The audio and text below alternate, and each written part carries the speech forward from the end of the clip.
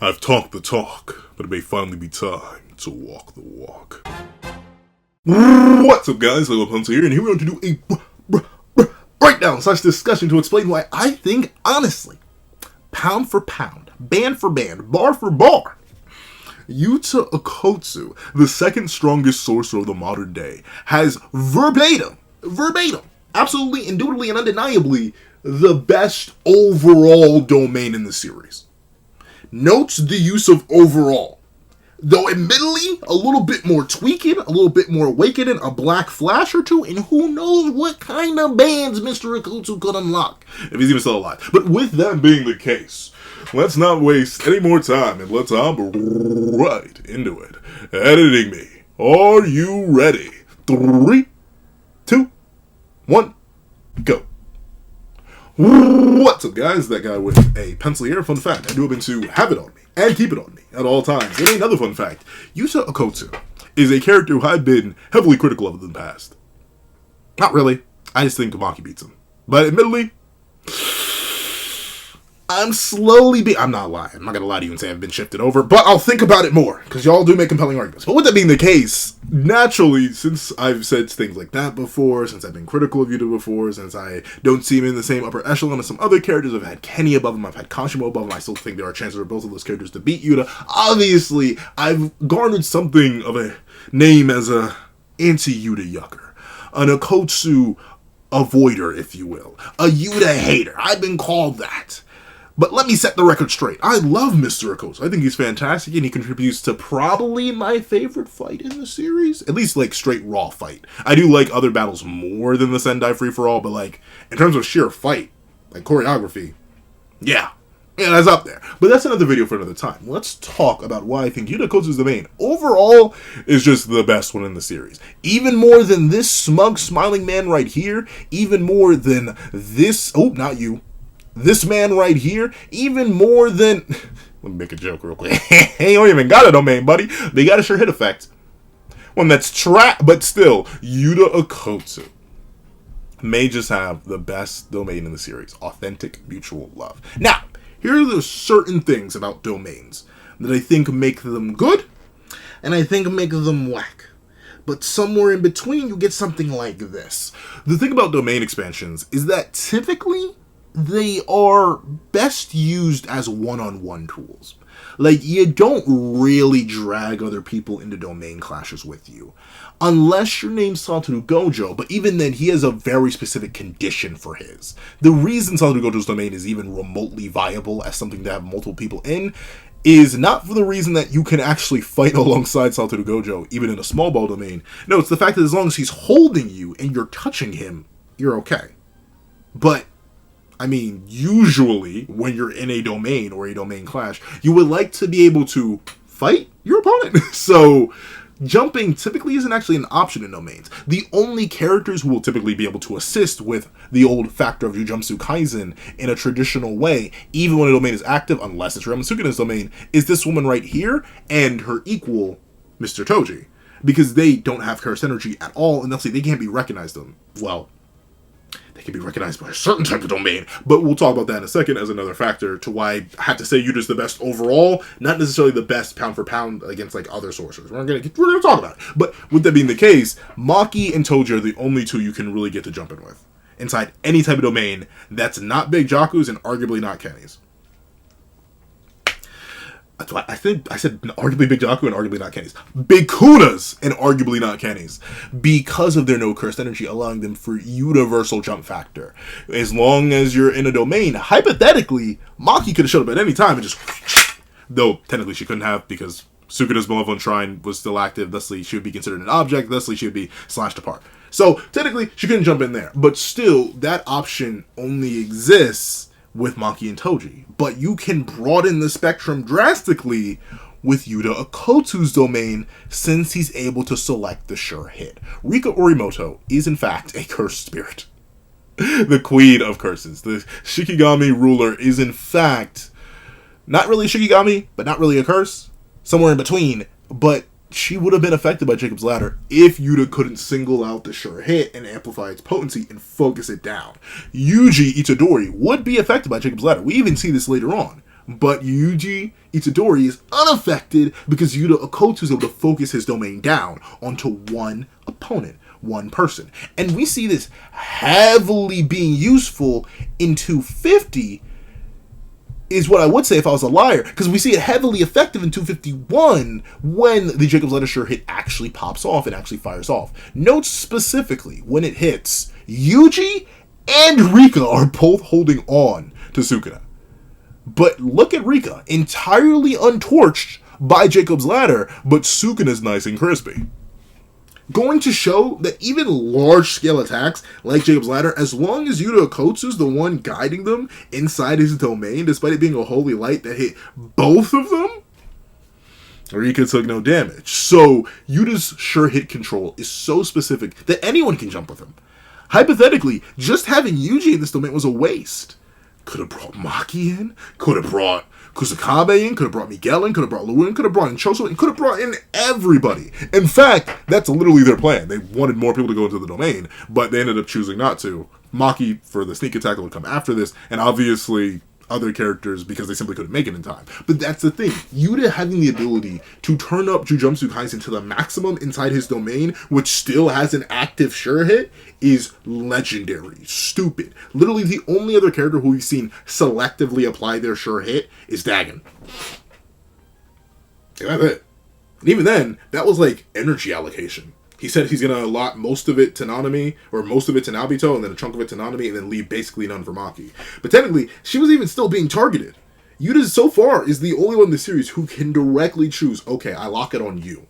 He has a lock-on function in his domain. That's super duper unique, and it's super duper potent. Because, as we find out later when Sukuna is hit by a Jacob's Ladder that's hitting multiple people, its output lowers, and likely any curse technique output lowers when it's being spread between multiple people. The water hose effect, where essentially if more people are getting hit by a water hose, that's more surface area that's being covered, that's less pressure that's on multiple people in comparison to just hitting one person. So the ability to apply a max output sure hit to one person, even if that sure hit would harm another person in contact with the person you're using the sure hit on. Beautiful. Scrumdiddlyumptious. But speaking of, that's talking if you just in a group scenario. Oh man, a group scenario, that's kind of whack-a-doodle-doo.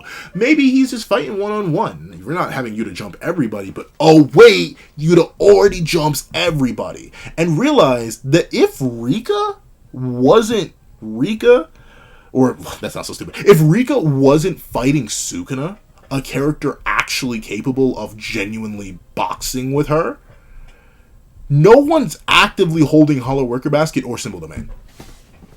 No one. If they're trapped in the domain and they don't have a domain of their own, no one's holding any sort of anti-domain counter. Because Rika will be there and Yuta will be there and both will be attacking you. They can each go for one arm and just boom. That's beautiful. Essentially, you get to take care of any anti-domain counters that aren't other domains. Obviously, if another domain comes into play, then you may just be good. But still, that's real good. The fact that Rika's always going to be there alongside Yuta, always applying pressure. It's why Yuta himself is broken. I'll be honest. If you take away Rika from Yuta, which is admittedly is like saying taking away the Limitless from Gojo, but still, you take away Rika from Yuta, he does drop in potency a whole bunch, but the fact that she's never not going to be there, real good stuff. Real quality stuff. That's good too. You want to know what else is super good about this domain? Even if you're in a clash scenario, as long as it's not a Sukuna-based clash scenario, or possibly a Kenny-based, it depends on if you think Kenny's technique is the gravity technique imbued in the domain, or if you think it's Curse Spirit Manipulation imbued in the domain. Personally, I think it's Curse Spirit Manipulation, because if you look at the sure hit effect that Yuki's hit with, it actually looks a lot more like Uzumaki than the gravity technique, but once again, another video for another time. Unless it's Big Kunas, anyone in a domain clash will leave what Yuta needs. The Scords. Because we see in domain clashes, admittedly through two different types of domains, an open barrier domain and a closed barrier domain, but both of the highest type, we see that structured elements of the domain still exist. When Gojo is clashing Malevolent Shrine with his own Unlimited Void, both of their efficacies, both of what represent their domain are there. So the Shrine is still there, and the Unlimited Void background is still there. Both still exist. Now, of course, for the most part, that doesn't matter. Sukuna does occasionally grab the skulls and throw them at people, and no, Goto's background really doesn't have any effect, because typically either it's working or it's not working, but with Yuta's background effect still being there, unless I'm wrong, I think the katanas embedded in the concrete will still be there. And remember what the katanas are for. Yuta Okkotsu's domain, authenticity, and mutual love. It selects one curse technique from among those he has copied and stockpiled, and grants it to a barrier, as a can't-miss attack. The other curse techniques inhabit the katana within his domain, at random. Only Okkotsu can draw upon their effects. Even Okkotsu doesn't know which curse technique is in a particular katana until he takes it in hand. Each katana disappears after it releases its curse technique, but the number of swords is unlimited. So, say you're in a clash scenario with Yuta Okkotsu. Unless your domain fully overrides his in refinement, as long as his katanas are still there, he still has access to his curse technique. It's still there. For real. Which means that he can still use it against you. Now, naturally, most characters can do this, but I think it's extra prescient for Yuta because he has multiple curse techniques. And you don't know what he's going to hit you with. Typically, say, for example, you're fighting Mikari or Arume, well, I don't know if Arume has domain, but like Dagon or Jogo or Mahito. Typically, they just have to use their curse technique themselves on you, and you'll know what that is since you're already fighting them. But with Yuta, it's a randomizer. Every single time he picks up a sword, he can just swing, oh, that one failed, let me hit it again. Swing, oh, that one missed, let me hit it again. And he's always going to be randomizing you as you're already worried about maintaining your domain. And any one of these bad boys can do crazy amounts of damage just with his current kit. If this man pulls up and cleaves anybody whose name is not Ryomen Sukuna, that cleave is going to do crazy numbers. It's going to cleave them apart. They will literally get reduced to atoms, their domains immediately collapsing. And that's just one possibility. What if they do get smacked in the face by a thin icebreaker? Spatial manipulation Doranag, I think that's going to do enough damage to possibly collapse a domain if their name wasn't Ryomen Sukuna. Future Sight, that's so mid. It doesn't do any offensive damage. That's whack-a-doodle-doo. It doesn't matter because he can now see the future and bob and weave you into another katana slam like he literally does with Sukuna here. And he always has access to that. He always has access to the rolling curse technique gauntlet. And sure, some are better than others. I would love to be pulling out a cleave. I'd love to be pulling out a sky manipulation. I'd love to be pulling out this, that, and the third. But I'll be honest with you, man, dog. I don't want to run the mix. It's essentially a mix of both you and Yuta, except Yuta always knows what he's about to hit you with because he's always going to be grabbing a katana, while you are suddenly dealing with the fact that, I may not have time to do that because the katanas don't work for me. You may be able to pick up a katana and swing it at Yuta, but it's not going to have a curse technique embedded. He's always going to have that. That's real, juicy, and good. And admittedly, this comes down to overriding an innate weakness of Yuta for why this domain is so good as well. Think about it. What's the big issue with Yuta?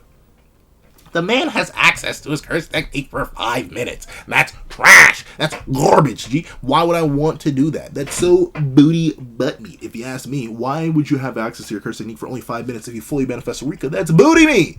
But guess what? He has unlimited access to it as long as he's in his domain.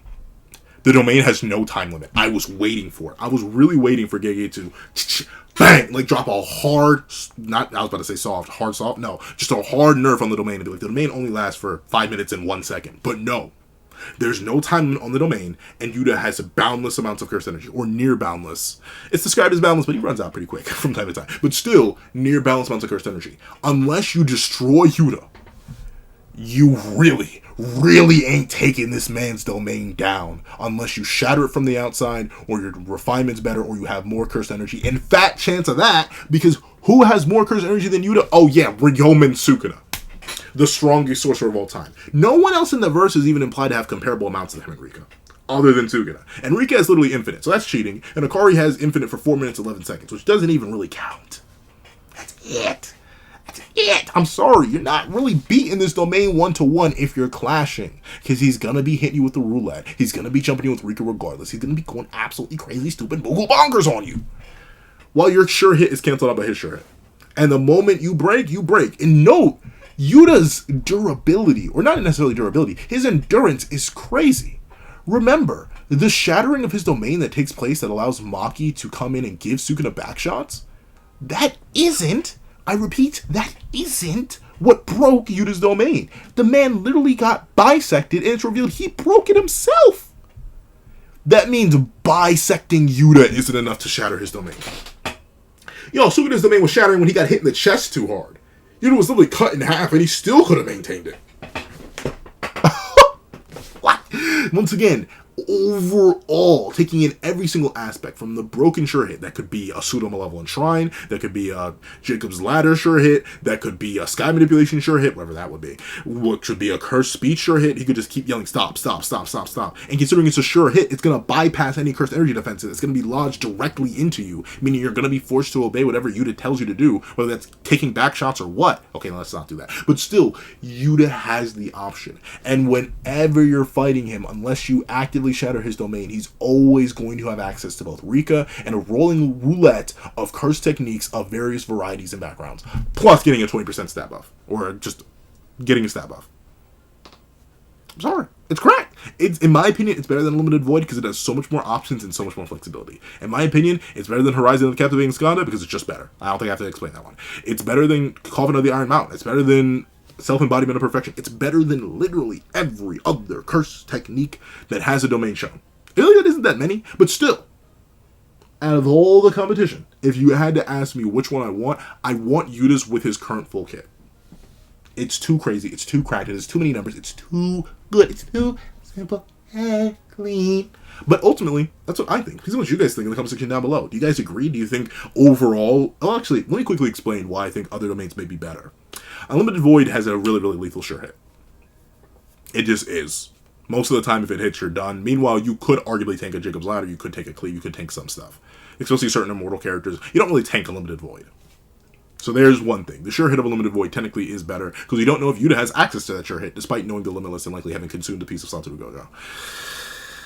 Malevolent Shrine is better because it's an anti-domain for domains. It attacks from the outside, it deletes the overriding of space. Yeah, it's going to always be better than a closed barrier domain. So that's why it's better. And Kenjaku's, for the same reason, may have the same domain attacking effect and would still be able to cancel out Yuta's sure hit and possibly be able to damage and break through his domain as well. Those are the only three that are in competition for very specific aspects. But their sure hits can likely be applied to Yuta's domain. Their abilities can likely be applied to Yuta's domain. If he has Limitless. Limitless is the only question. So even then, if he confirmed had all of those and were to ever make this barrier open, it would literally be the best in the entire series, definitively. But right now, in my opinion, due to all the bonuses and factors it gets on base domain buffs, it is the best. That's what I think. Please, what you guys think in the comment section down below. Do you guys agree with me, or do you think I'm stupid, nuts, and crazy? Please let me know down below. Thank you so much for watching. If you made it all the way to the end of this video, please do me a favor and leave unauthentic love. Is unauthentic a word? Leave fake love. Fake love in the comment section down below. Thank you so much for watching. Please remember to leave a like, share, comment, and subscribe. Make sure the notification bell so you don't miss out on any videos that come to the channel. Also, I do happen to have a page down below where you can support me for as low as $1, get them $1 month. Things like exclusive videos, early content, and more. You also now become a member of the channel for as low as $3 a month to get the same perks and more. So those perks will include the live reaction to the very next chapter of Jujutsu Kaisen, ad-free variations of all my videos, and become a $25 patron or a $25 member. You can order whatever video you want. Also, I do have a link to my Ko-Fi in the description down below, where you can drop 5 beans for a short video, 25 beans for a long video, or any beans at all. Any support is always greatly appreciated. Now, thank you so much for watching once again, and I hope you guys have a wonderful day. This is That Guy with a Pencil, writing off.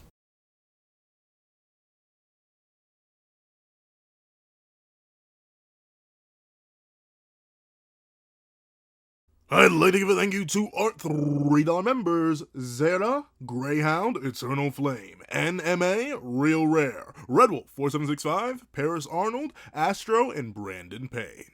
And I'd like to give a thank you to our $5 patrons: Zombie Hunter, Sean, Midnight Lord 21, King, Meliodas, Kevin, Encarnacion, Josh Brown, and A+A. And I'd like to give a thank you to our $7 members: Autumn, Mornings, Lazo, and Fine. And I'd like to give a thank you to our $10 members: Robbie Uchiha, Jay Warrior, and AZ Void. And I'd like to give a big ol' thank you to our $10 patrons: Michael Williamson, Joaquin Munoz, and Idem Okami. And I'd like to give a final gargantuan thank you to our $25 patron, Calvin Elder.